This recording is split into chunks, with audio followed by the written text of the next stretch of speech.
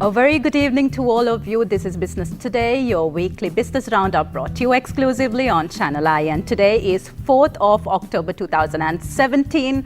We have entered into the month of October and we are also moving on to the final quarter for this year. So it is going to be a very crucial time period. This quarter is going to be very crucial in assessing the performance of this entire year. So with all that happening around, we are ready to start our show, and let's move on to Business Personality segment.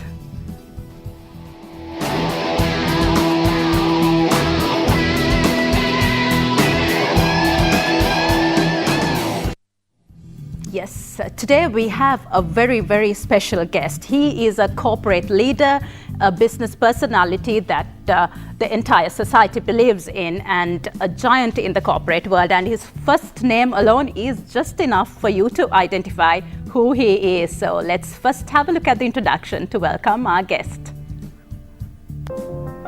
Diane Gomez is the chairman of Hala Clothing Private Limited, a 30 billion rupees enterprise which has operations in Sri Lanka, Kenya, Ethiopia, Mexico and USA. He was also a group director of MAS Holdings, a $1.4 billion enterprise, and the managing director of the group's largest business division, MAS Intimates. Diane also plays the crucial role of overseeing human resources, corporate communications, branding and CSR of MAS Holdings, which employs over 72,000 associates, in 15 countries in diversified areas ranging from pioneering apparel manufacturing in South Asia to fashion and lifestyle, retail, education, and apparel-related IT services. A fellow member of the Chartered Institute of Management Accountants UK, the Association of Chartered Certified Accountants UK, and Certified Practicing Accountants Australia. He received his executive education at Wharton, Ashridge, and Harvard Business Schools. Diane was president of the Chartered Institute of Management Accountants UK, Sri Lanka division in 2001-2002, and presently sits on the boards of many private and government organizations. His versatile interests apart from business saw him take over the presidency of the Amateur Boxing Association of Sri Lanka from 2004 to 2009, and he took over the presidency in 2017 to restructure the Sri Lanka boxing to target a medal at the forthcoming Commonwealth Games. During his tenure from 2004 to 2009, he provided strategic leadership and direction to guide Sri Lanka to a significant standing in international boxing. Diane currently serves as the Vice President of the National Olympic Committee and as the President of the National Fencing Association. He also sits in the Women's Commission in the Amateur International Boxing Association, AIBA. He has represented Sri Lanka at numerous international sporting events, in the capacity of chef de mission, including the 2008 Beijing Olympic Games. In 2013, he became the first Sri Lankan to be appointed as one of the 14 members of the Commonwealth Advisory Body on Sport, CABOS, the key sports policy advisory body to the Commonwealth Secretariat. Diane was awarded Business Leader of the Year 2003 at the SEMA Jana Shakti Pinnacle Awards, and was highly commended by SEMA UK at the Business Leader Awards in London in 2004. His unparalleled leadership was recognized, even after 10 years, when he was named as the Business Icon of the Year 2012 at the SEMA Leadership Awards, recognized as one of Sri Lanka's male icons by the Sri Lanka Institute of Marketing in 2007. Diane was awarded the Brand Leadership Award under the individual category in Mumbai by the World Brand Congress in 2009. He has presented numerous papers on organizational behavior and has lectured widely on leadership and motivation at a variety of Sri Lankan and international forums, including Imperial College Business School London and said Business School, University of Oxford, UK.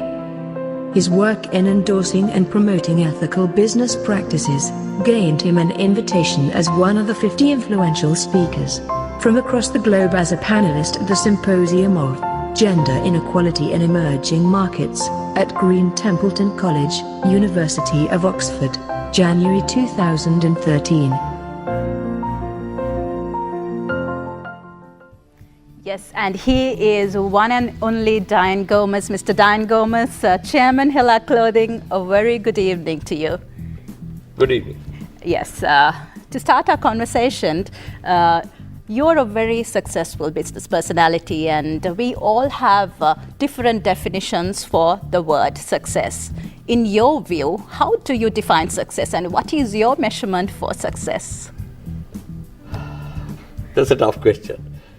Okay. For me, success is how many people that I have touched, that I have made a difference in their lives. Because, you know, how can you measure success? You can have a nice house, you can have a nice car, you can have a nice family, you can have enough money to go on holidays, enough money to, I would say, enjoy life for your creature comforts, then what else?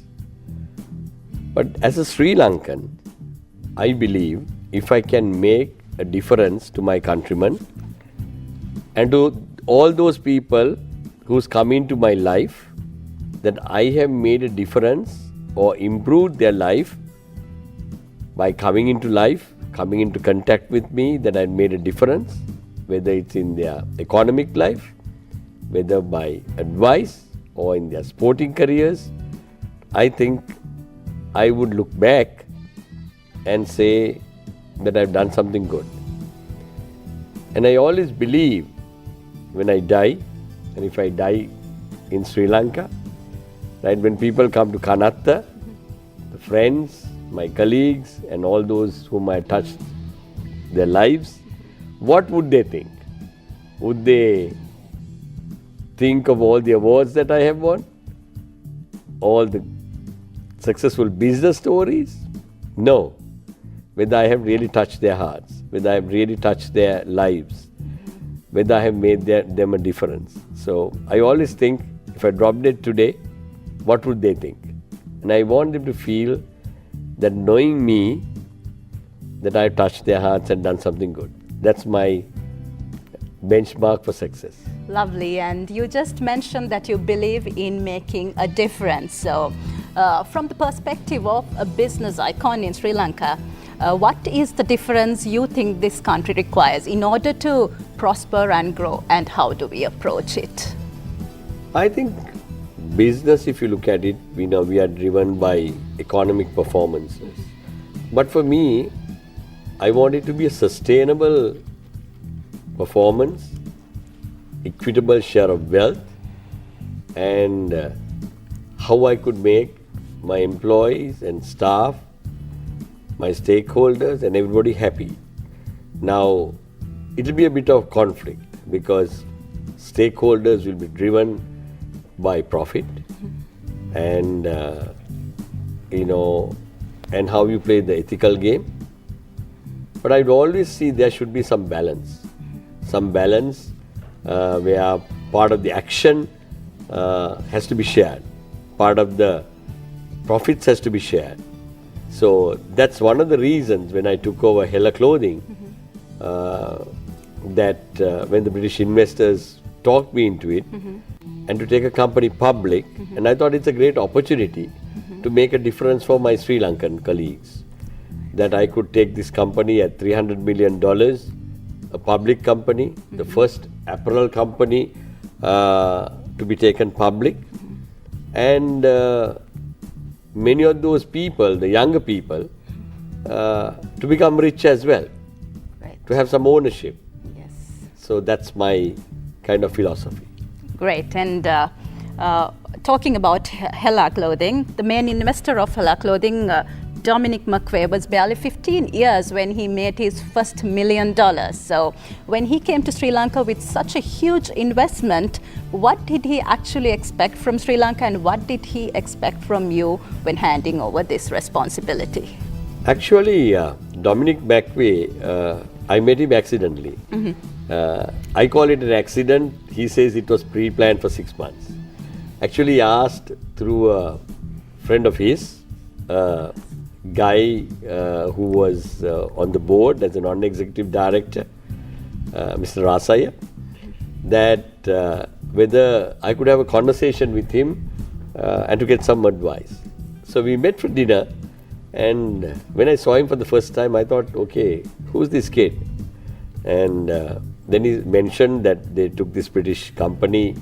There were 3 investors. One was Bob Wigley, who's currently the chairman of UK Finance, which is the largest entity, and all banks, all credit companies, all insurance companies all report to him.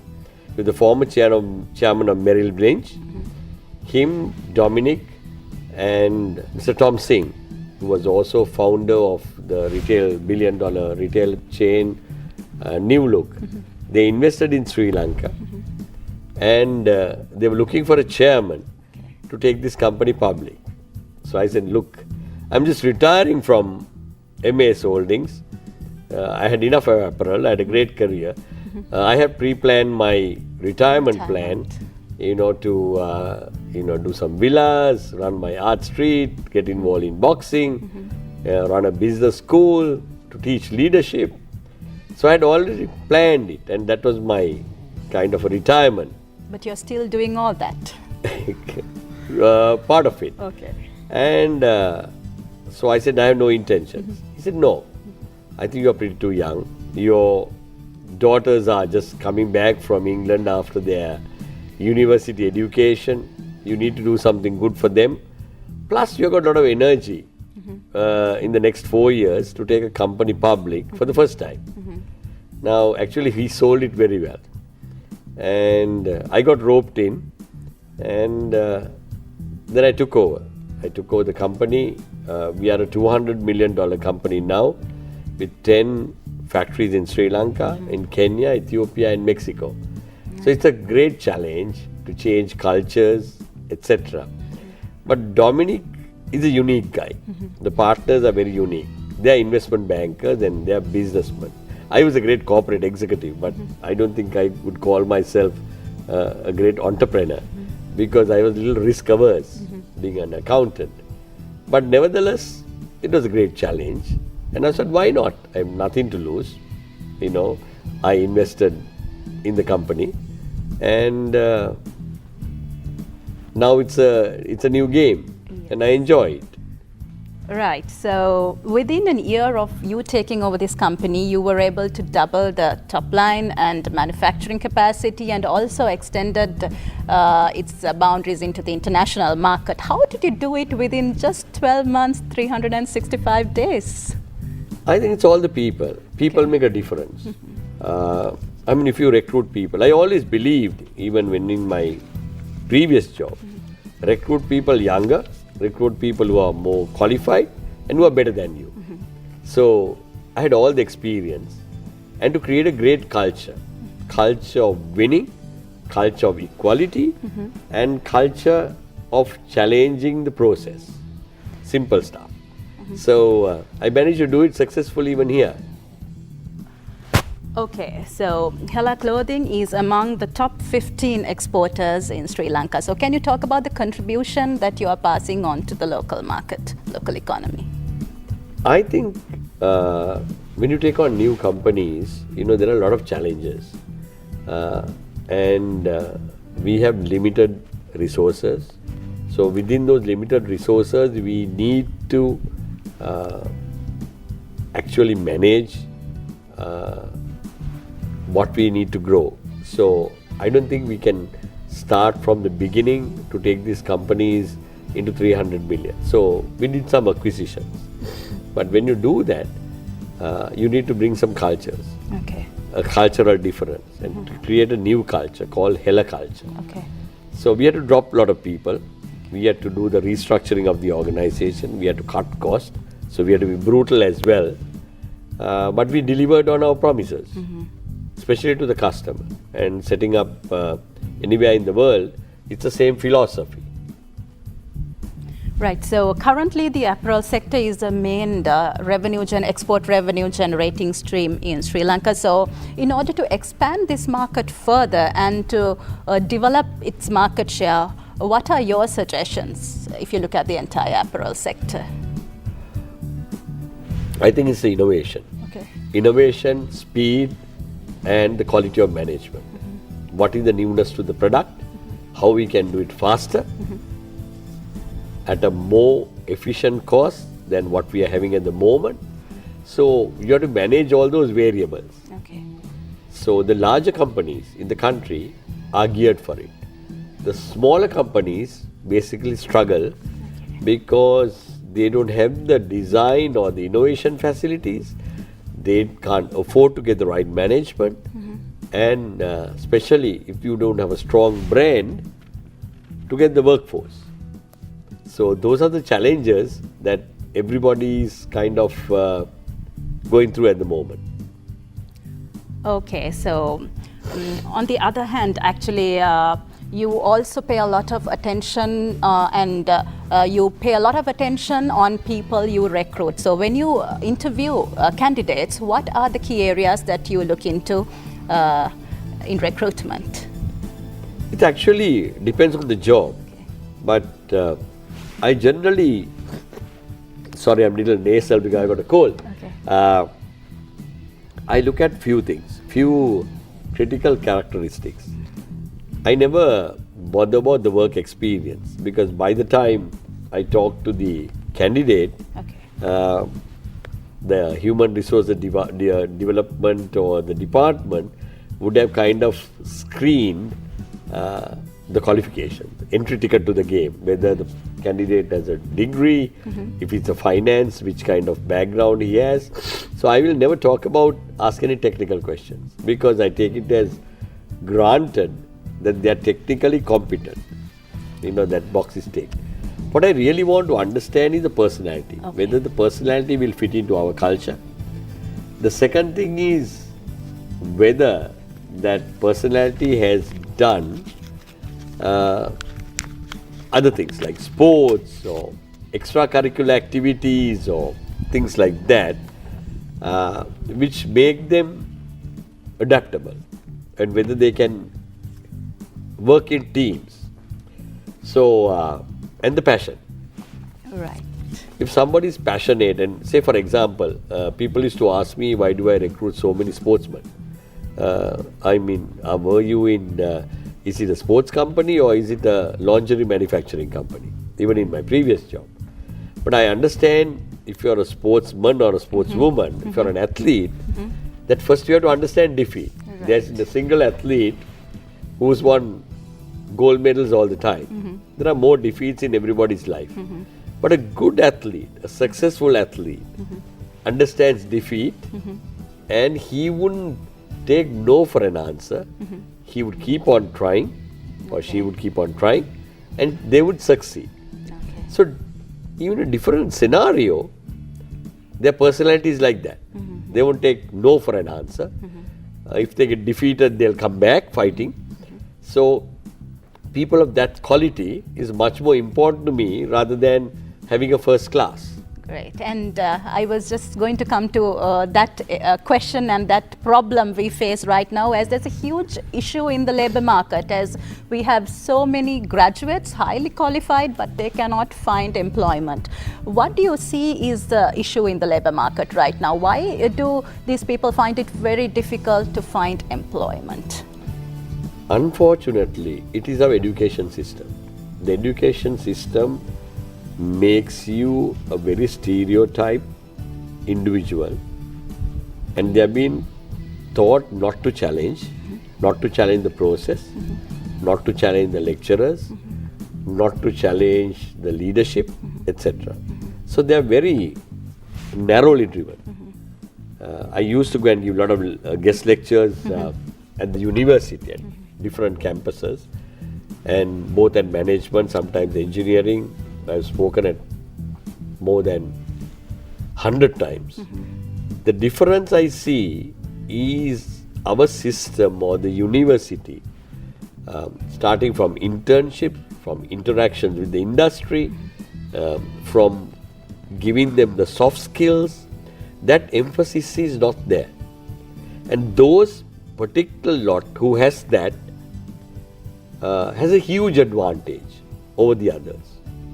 So unfortunately, when they come for an interview, there are people who are very well prepared, and depending on their background, and some of them, although they have academically done very well, we feel that wouldn't fit in. You know, I mean, there are people who go to China and fluent in China and they do a medical degree. People go to Russia. People go all over the world, even without a degree, and they speak a good language. But somebody who's studying management or any other discipline at the university, still feeling uncomfortable at a private sector interview, which will be most probably in English. Now, I won't hold that against not knowing the language, but can you interact with the rest of the world? With the rest of the world? Definitely. You know, we are dealing with global customers. So if you are in marketing, merchandising, you have to be good in English. You need to write a good letter, you need to write a good email, you need to know your programs, your computer stuff, skills. all that. So if the university does not gear you for that, then at the time of the interview, they're trying to learn all that, and they struggle. That is the problem. And Yes. okay, so with that, you focus on providing a lot of employment opportunities for the rural area, and this could also be looked at as a CSR project. So can you talk a little bit about the employment opportunities you create? I mean, all our factories are in rural areas, and I always believe the better talent is in the rural areas. I went to Royal College. Say, for example, if I went or got educated myself in a remote school, most probably I don't think I would have had the courage to get past my O-levels. So I had a great opportunity here. So I always believed that if you change the situation, given them the exposure, that they would be better than even going to Harvard Business School. They got the talent. It's like the way Sri Lankans play cricket or we box. We got the talent, but we don't have the opportunities, we don't have the processes. So I always look at, whenever I go to a village, to give those opportunities, to open the doors, give them, empower them. Because there's the single doctor, engineer or an accountant who has gone to the West and failed. We've got 200 odd people at the NASA, scientists. And, they're all Sri Lankans. And, look at all these people who make those great breakthroughs. Some of them, their origin is Sri Lanka. So given the right opportunity, even at the village level, especially at the sporting level, they would take the pants off from all these people around, given the right opportunity. So I greatly believed, because 15 years of my career, I lived in Pandala. I saw the transformation in the early 90s, what the changes that we did. Getting these athletes like Manju Vanyarachis, Anuruddha Ratnayakas to the Olympics, to get them to the first 28 people in the world out of 200 countries. So, if you give them the impossible dream, and I'm sure they'll always make us proud. Right, so it is also very important that you have strong interpersonal skills when you deal with so many people coming from various backgrounds, and you are a person who has mastered that art of managing people. What is your unique style of managing people? I think the foundation came from Royal College. Because if you take Royal College, I did all my education there. We had Sinhalese. I'm a Sinhalese Buddhist. We had Tamils. We had Christians. We had Muslims. we had people of the real affluent class, the richest person's son, and the politician's sons, the politician's driver's son, all in one class. So for us, when we boxed for Royal, when we wore the Royal College jersey for rugby, when it was the Royal Tobin match, it was one school, Royalists. Okay. And that was a real good grounding for me in my early teens, because we never looked at them from a religion or a nationality or a caste or their father's wealth. It was very different. And I came from that era, and I'm proud to be in that era. So I could, even when I went to Pandala, sit with my toilet cleaner and have the plain cup of tea and have a discussion, because you already trained. So even I sent my two daughters to Visakha, because even a public school like Visakha or Royal, you have all kinds of people from different social strata.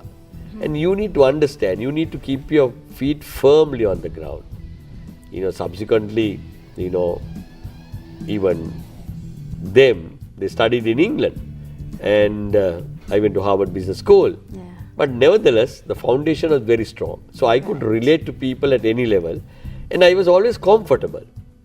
Because if you are not comfortable, if you are fake, the people will pick it up very fast. A lot of people try to do it, and they get exposed because they are fake. Yes. And you have to be comfortable. So I think it You came can't from be Royal. fake for too long. Yes. And I enjoyed people, I enjoyed the village, and enjoyed the values of them, their sincerity, etc. So for me, I was more passionate to make people thought I was a great leftist because she was my idol. And but I think when I was young, I was more to the left. Now, of course, living a capitalist lifestyle. But in my heart, I always felt that I wanted to, make a difference. So I enjoyed the company of any individual, and so it made me feel good as well. So there was a selfish motive, in managing people, but at the end of the day, I enjoyed it, and it was natural. Right, great, and that is why we call you Diane Gomez. And this conversation is going to be quite incomplete if we do not talk about your favorite topic. As much as you're recognized in the corporate world, you're also recognized in the sports arena. How did this interest develop in you? I boxed for Royal in the late 70s. I was Royal's flyweight champion for 4 successive years. I got beaten once at Royal, and in my first year. But then I was a Sri Lanka junior light flyweight champion as well. I tried to box for Sri Lanka, but I got floored twice by a chap called H.S. Caldera, who went on to win the last bronze medal at the Asian Games in 1976-77. And when I became the president, the man who knocked me down and took my place, I made him the chairman of selectors. Okay. So boxing was always, I was very passionate about it. But in 1999, I was again invited by a boxing mate of mine, then a young colonel called Jagat Jayasuriya, who subsequently became the commander of the army, to go to Nepal with him, for South Asian Games. And there, he and some of the other officials invited me to take on boxing, telling me to take boxing to a different league and to take a boxer for the Olympic Games. I didn't know what it was, but because I was passionate, I was emotionally involved with the sport, I took on the challenge. So once a responsibility was given, I want to execute it. Right. And what are the value additions that come into one's life when you are involved in a sport? I think sports, especially boxing, makes you a man. Because a lot of people, boxing is a brutal game. It is one of the toughest games in the world. I mean, we all understand that. I mean, the highest paid athlete in the world is always a boxer. like Mayweather, who gets about $140 million for fighting another world title or a middleweight title fight. Now, it's a tough game because, I mean, in professional boxing, it's 15 minutes, 15 rounds of 3-minute fighting for 45 minutes. At the Olympic level, it's 3 minutes into 3 rounds, about 9 minutes. So 12 minutes, everything is gone. But 12 minutes is like eternity in boxing. It's a tough sport. Right. But more than the physical part, which people think it's a brutal physical thing, it's actually a mental thing.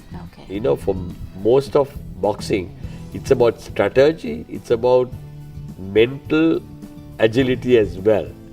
So that teaches you, you know, mental agility. Whether it's business, I can take stress and I can handle stress. The more pressure is being put, I come on fighting better.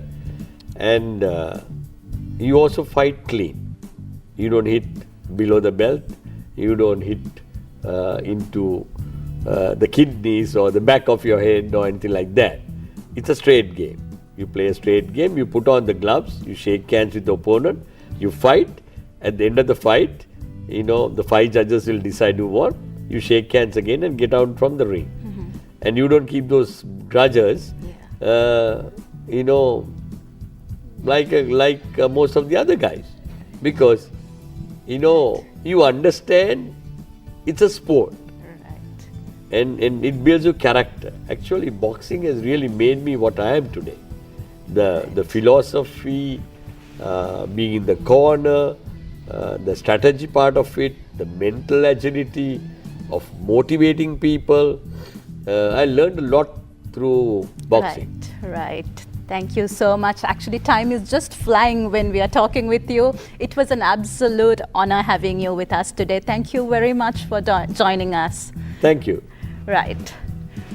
With that, we will move on to a short commercial break and we will be back with you soon.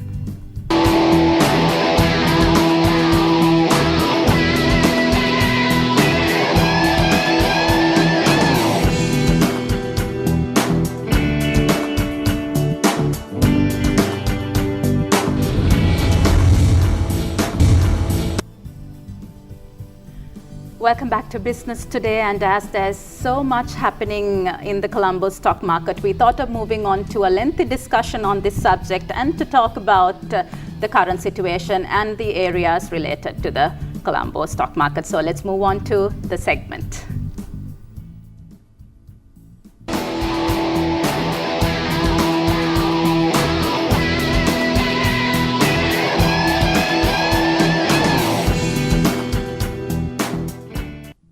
Yes, today we have Mr. Dimantha Matthew. He's Head of Research First Capital joining us. Good evening to you, Dimantha. Good evening. Hi. Right. First of all, the stock market has been a bit volatile throughout this year with many ups and downs, and the YTD growth is about 4%. Year-to-date growth is about 4%. So Yes. What are the reasons for this volatility? Actually, there are a number of reasons. If you take the economic climate, there has been ups and downs. The GDP growth has been quite slow in the first couple of quarters. Then we had the floods going on, and also there was so much being talked about the Inland Revenue Act that was supposed to get implemented a year back, and then it got dragged on. So there has been continuously a number of reasons that has affected the investors and the confidence levels of the investors. So there has been less buying interest on a continuous basis in the stock market. That I think has led to the ups and downs and sudden improvements and sudden declines in the market. Right. On a positive note, we see a high inflow of foreign investment coming into the market, and year-to-date inflows amount to 18 billion rupees. So, irrespective of this volatility of the market, what do you think is, what are the reasons for this trend for foreign investors to come into the market? Yeah.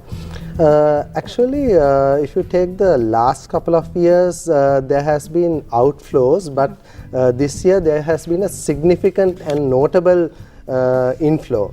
The main reason is that if you take last year from July onwards, once the IMF agreement was signed, there has been some confidence levels on the foreign investors' perspective that some improvement in the economy will occur on a longer term basis.